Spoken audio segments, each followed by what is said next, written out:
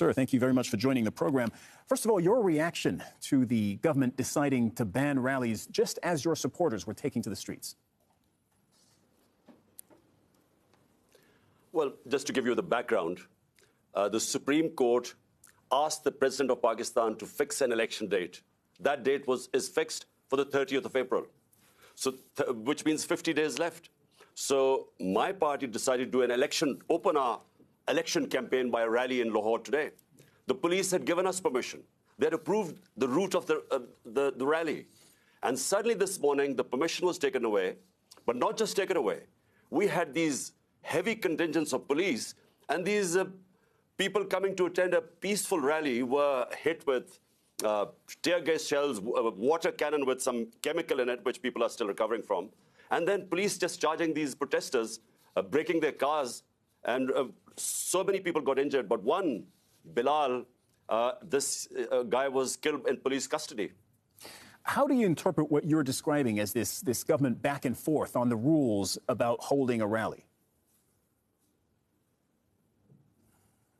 Well, the issue is that the government, all the 12 parties sitting in government and their backers, they're petrified of elections. Because so far, in the last 8 months, out of the 37 by-elections, my party has won 30 out of them. So they're petrified of general elections. They did not want the general elections. We went into the Supreme Court, and the Supreme Court then decided to hold elections, and this date of 30th April was announced by the president. So we were just going according to our schedule to start our election campaign. But it is clear that the government does not want election. The parties sitting in the government, they want to get out of the election. So my worry is that the idea was to create a law and order situation today, and we really restrained our workers. We called off the rally because we were scared that there would be people killed, and that would be used as a pretext to get out of the elections. Some might answer that while the government is perhaps afraid of the upcoming elections, you're also afraid of complying with judicial rules. The police did show up at your house in Lahore only a few days ago to arrest you, to compel you to show up in court, and you evaded arrest. Well, let me tell you something. So far, there are 76 cases against me. I'm charged for terrorism, charged for blasphemy, charged for sedition in these 77 cases. And these cases have been made in the last few months. So I've been going from one courtroom to the other. What happened was when I was shot, this assassination attempt on me, for 4 months, my leg wasn't, I had 3 bullets in my leg, so I couldn't go out of my house. So that's when they started, the cases mounted. They wanted to be me and appear in courts. And so it's just a question of how do you deal with 77 cases? I mean, how many court appearances do you make? So it is just one other way of getting me out of the way to contest the elections.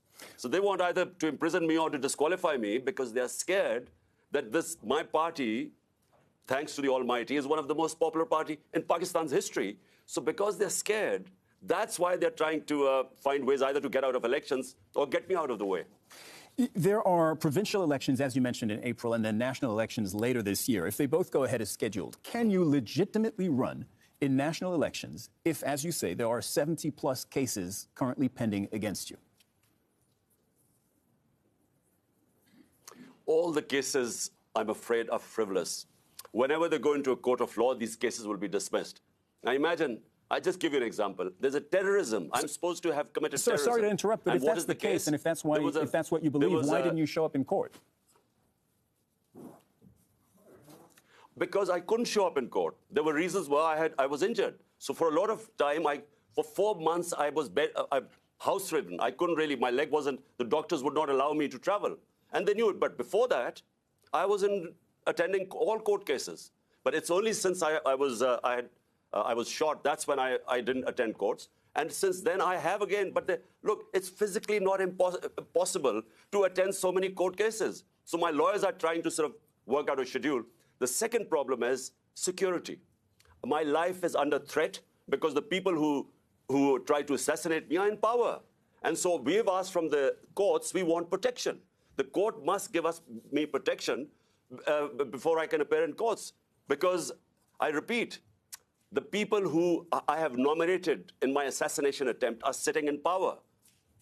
Right, and just for our viewers, I want to make clear that they deny that, including the Prime Minister, who said he has nothing to do with the shooting against you late last year. How do you see the rest of this year playing out for you with these two elections coming up?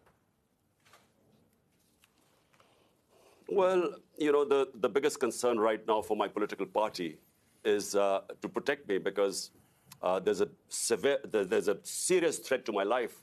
And the reason is, I repeat, that these people sitting in power are petrified of losing the elections, which they will, which is why they don't want elections. So the question is, how do I campaign and yet have a secure enough environment? Question is, how do I go to these courts? I made 3 court appearances, and unfortunately, there was just no protection there. That's why we've approached the court and said, look, there must be some police protection. But the problem is, the people who are supposed to protect me are the ones who are trying to kill me. But what's your plan for this year? Is it win elections and then ride it back into office and into power in Islamabad?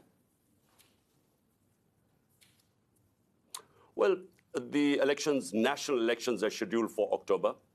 But because we were in power in 2 of the 4 provinces, we dissolved our assemblies here.